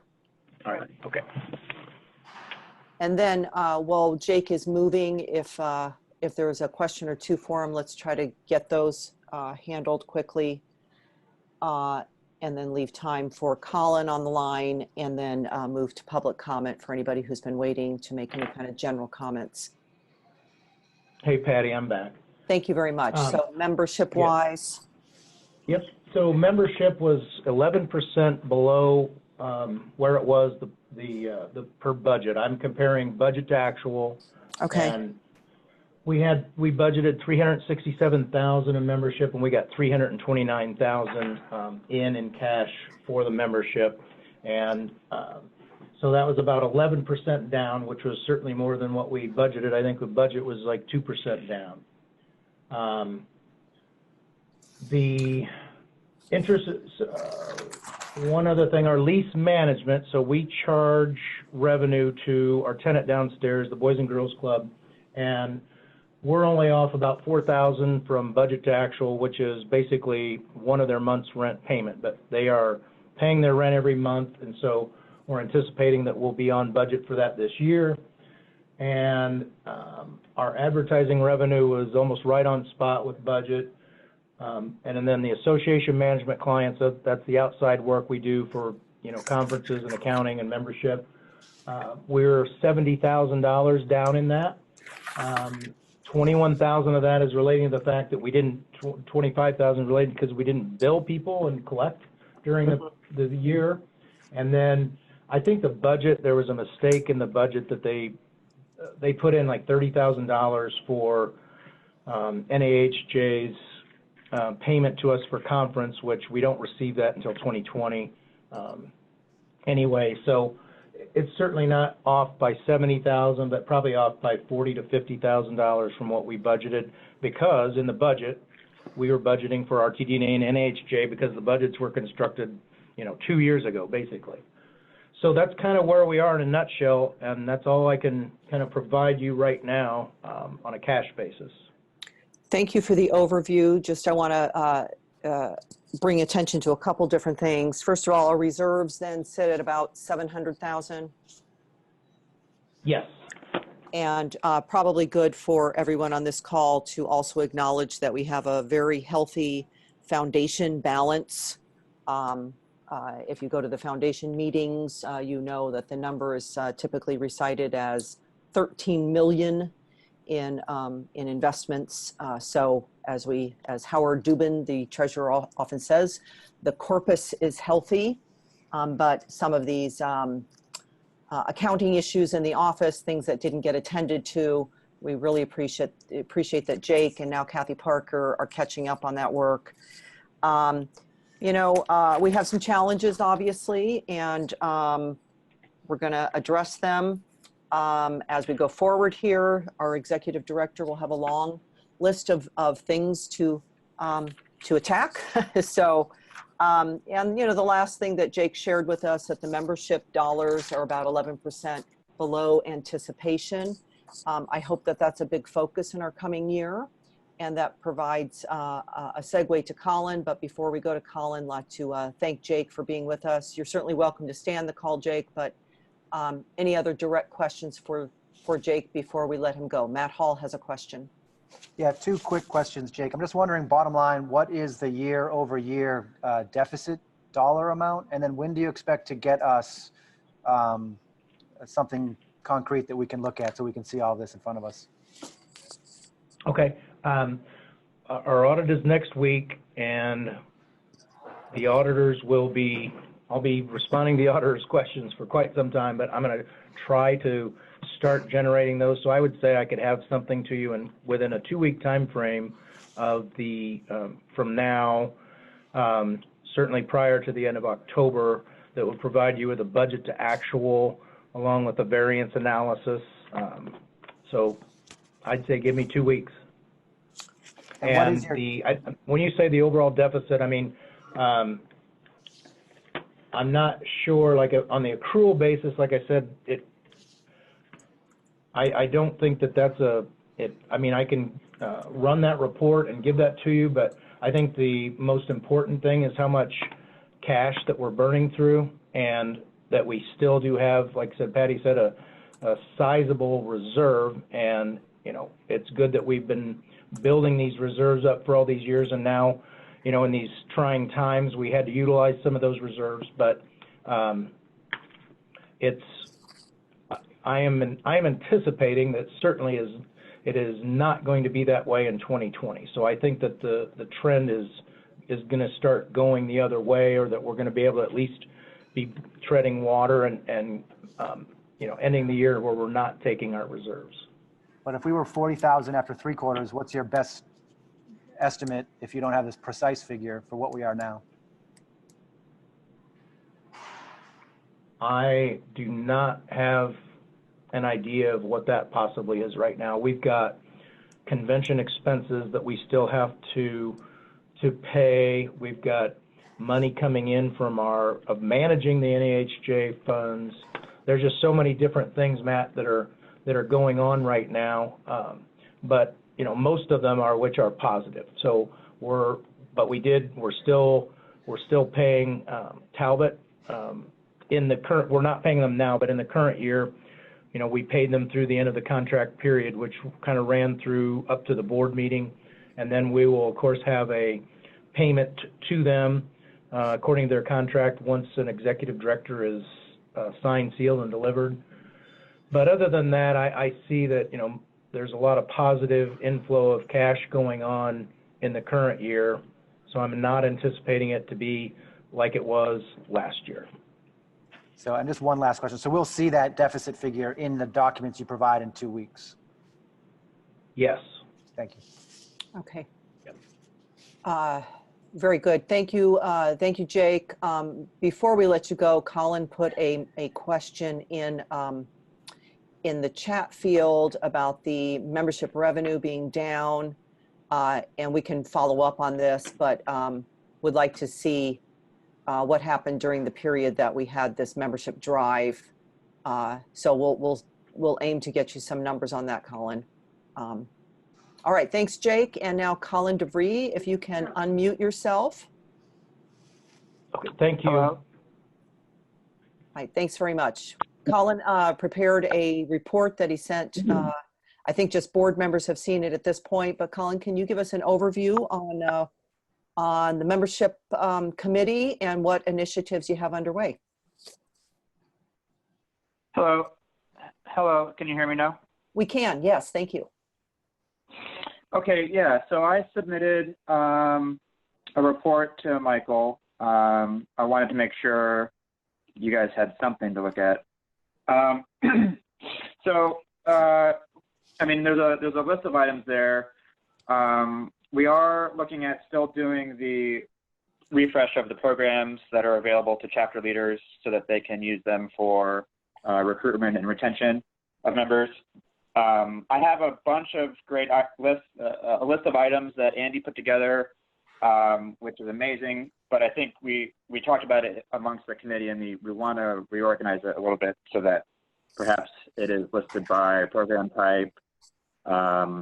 So it's just easier to navigate rather than a long list. And that still needs to be done. I also just want to spotlight Mike Riley's idea about doing student membership sponsorship. I think that would be great. But I also do think it relates to our database because the way that other organizations do it, IRE was the one in particular, excuse me, IRE was the one that where we got inspiration for the idea. They tie it directly to their database, and they have a form online on their website that they use, and you can actually match with a student through some online method and pay for their membership. It's a little bit, it's not as cut and dry as it might seem, but there is a back end element to it that needs to be developed, which I think is possible.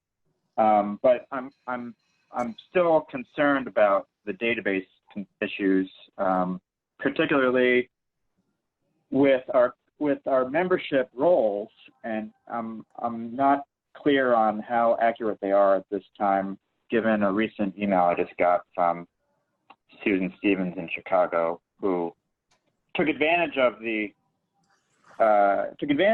membership drive, but she still received a renewal notice as if her membership was going to be expiring soon. And I don't understand if it was because her information wasn't updated properly in the database, or if it was, did some technological thing happen and it didn't register in the database and it spit out it forced a mailing of a renewal notice. So I think there's just a lot of things like that that need to be sorted through, and it's been going on for quite a while. And I'm just concerned that we keep sort of mowing the same lawn and nothing is getting done there. I know that you guys have talked about it. I missed the earlier conversation, but yeah, I'd really like the board and headquarters to really just find a solution, not a long-term one either, an immediate one, So I think chapters are upset, and they continue to be in the dark, and even my fellow community chairs are asking about it and concerned about it. Can I just clarify here? So what you're specifically saying is that you have a concern that people who joined during the discount in August are now going to be invoiced even though they re-upped during the special. Is that what you're saying? That's one thing for sure. Yeah, definitely. Okay. And so that doesn't look good for us, and it confuses people, and you know, it just opens more questions. Right. Okay. Definitely. We know there's many issues related to the database. This is one of them. It's a very important one. We need to be able to give you, the membership committee, every member, accurate information about their status, about their renewal dates, about what price they renew at, et cetera, et cetera, et cetera. So it's on a long list of database related issues. Colin, anything else that you'd like to share about the kind of future plans of the membership committee? You had quite a few exciting bullet points in what I looked at. Yeah, we have a lot of ideas. I think organizationally, I think I need to start having regular meetings with the committee. We've been sort of doing things by email, but you think the response is you know, dependent on you know, whether they see the email and things like that. So I think I'm going to start to actually formalize a meeting schedule with the committee so that we can really move these things forward. It'll give us some dedicated time to focus on it. I also think that you know, we want to see the monthly membership reports too. That would help us, give us a sense of what we're doing is having any effect, and also the financial impact of the membership drives. And like we had touched on in my chat a little bit, just to know whether that 11% drop in cash has to do with, and you know, does that compare with an 11% drop in members? Is it a straight line like that, or where does the membership drive and the discounted membership rate fall into that? So I want to know. I want to dig into those numbers a little bit more. Jake is going to go ahead, Jake. Yeah, I'm just saying the number I gave you was purely based upon, you know, the change in cash. So it wasn't 11% members, it was just 11% down from what we budgeted for. And so that's all I can tell you right now. So is your budget based on membership growth or staying neutral? The budget was based upon a 2% decline. In membership? In membership dollars. You'd have to talk with Caroline to give you specific information on membership, you know, numbers, people, you know, benefiting. I'm just looking at the numbers from a cash perspective, and the 2% declines, basically we said, okay, you know, this is what we received in the year before. We you know, however much money it was, 380,000, and then we took it down by 2%, put in a $370,000 budget, and we ended up being 11% below that. So, you know, however you look at it, it's concerning, even though it's a snapshot in time that, you know, the invoices go out, there's lag time, et cetera, but we don't want that number going down. We want that number going up, obviously, over time. And I think you had a lot of great ideas, Colin. I like the idea of you scheduling regular meetings. There's nothing like a meeting to inspire people to follow through with what they promise to do. So I think getting some traction there. I'd like to talk to you offline about some of the ideas and how to work with the staff to move them forward. So let's you and I schedule a call. And I'll just say, I think there's blue skies ahead on membership ideas with a new executive director coming on. I think the person's going to bring a lot of terrific membership growth ideas to us. Yeah, So, I think, yeah. I think that is also what we have been waiting for, to be honest. I Sure. think we also don't want to initiate a lot of great new things and then someone, an ED come in and say, oh no, we should do this instead or whatever, So that's another thing that I think we're excited about. Someone to bring in fresh ideas that we can work with them on. And I just want to respond quickly to Billy and Mike's chats in the little chat thing. I know that the database thing is a long-term solution, not an immediate one, but we've had the database that we have now for a long time, and I just don't know why it sort of broke down, and I don't know why, and I think a lot of people want to know why, and I think that we can't wait. I don't know if we have to work with what we have now and make it work. I mean, if we wait and do nothing, people will just continue to be frustrated. I don't know what the timeline is for fixing that. Right. I can't give you any hard answer to that. And certainly anybody else can chime in, but during executive session, we are going to talk about our contract with Blackbaud and hopefully make some decisions that we'll be able to share with members sooner rather than later. I will just, can you hear me? I will chime in and say that the process that we have to go through right now using the current database is very inefficient. It requires one number to be entered into 3 different places so that we properly account for everything. And with a database system that can interface with an accounting system, it would certainly eliminate a lot of manpower and human error mistakes that we're making right now. Thank you, Jake. Lauren has her hand up. Colin, I just want you to know that the board is very cognizant and aware of the problems with the database and also how important the membership database is. And it is definitely a top priority for us.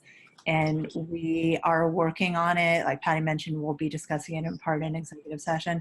But this is something that's really important, and we understand. I know that in previous meetings I've said that things I'm hearing now, I heard about over 20 years ago when I was president of SPJ LA. And we are determined this year to get it fixed. The fixes may not be in quite as quick of a time as we really want them to be, but I am confident that this year there will be a solution to this problem. You can have my assurance that it's going to be very high on the list for the new executive director to make sure that we address all the issues that have been created by a database that has not served our needs for a number of years. And I'll just end, Colin, thank you very much. You got a lot of great energy. I love all the ideas that you're offering, but you're right. We need to make sure that the staff has the ability to assist us in getting correct information about membership as a baseline, but also has the ability to help with a lot of ideas that you have on your list of membership ideas. All right, any other any other committee reports? Mike Riley, you indicated that Sue Kopenkatchev, who is now heading our contests and awards committee, if I'm remembering the right name of that committee, sent you something via email. Yeah, in the interest of time, I'll keep it brief. They are just shuffling around a few committee members. She'll have an announcement soon on some new categories for SDX and MOE. The new members of their committee are up on the SPJ website. Billy updated them the other day, so we're good there. Thanks. Very good. And I'll just, as a reminder, Patty? Sorry. Yeah, this is who? This is Andy. If you don't mind, I could just chime in about that, because I was going to mention the committee report since I worked on the committee as chair until recently. Yes, we're adding 3 new categories that we're very excited about. One is immersive video, 360 video. One is data visualization, and one is fact checking, which has become an important part of journalism and really doesn't have much in the way of awards. also wanted to reiterate, I think I mentioned this at the last board meeting, that we are naming the podcast category for SDX after John Enslin. If I could just take another 10 seconds, Colin is right about the clunkiness of the list of programs, and what I'd like to do, maybe work with Colin, maybe work with the RCs. Part of it is in how the annual reports are put together. We need to, again, to take another look at them. They're just kind of clunky, and we could have good materials to draw from if the reports were set up a little bit differently. And finally, Jonathan Make said he'd like to comment in public comment, but you just need to tell him when he's ready. He's listening. I think we are ready to move to public comment, but I know that Hazel had her hand up first. So thank you everybody for your contributions on the committee reports. A lot of great energy. I really appreciate volunteers really sticking with us through lots of transition. Hazel. Hi.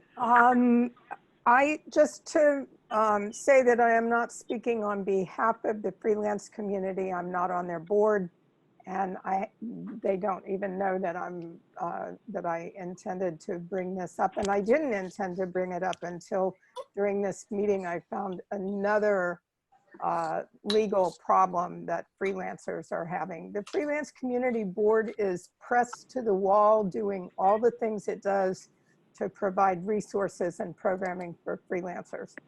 And when it comes right down to things that threaten our livelihoods because of the way the federal and state and local governments are doing some legislating and regulating, we really need some help, and I'm hoping that SPJ will step up.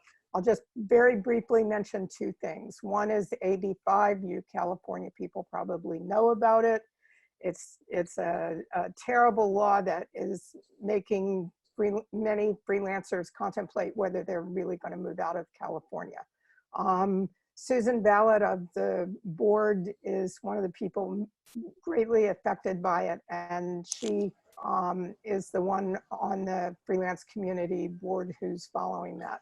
But I just found out today that the federal government has now finalized rules that say that freelancers are only don't have to pay FOIA fees if they have a contract with somebody to write a particular story.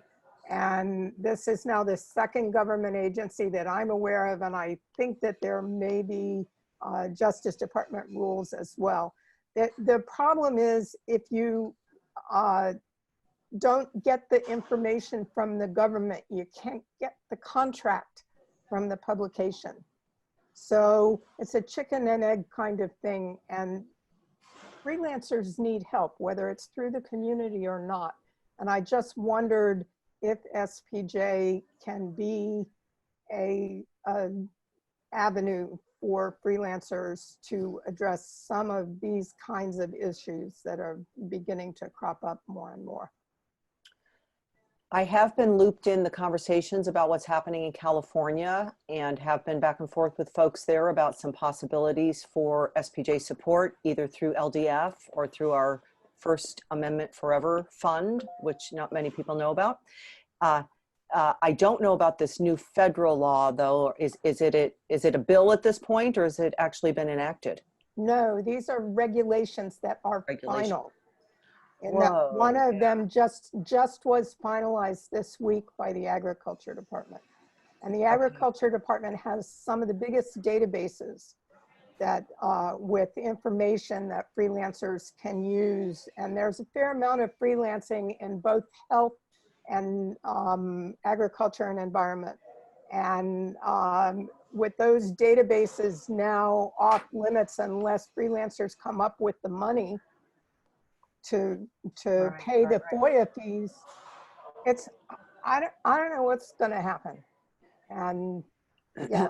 Could you send me something on the federal front so I can maybe direct that to the right folks to see if we can speak out, do anything, have any impact? I mean, it's already in place.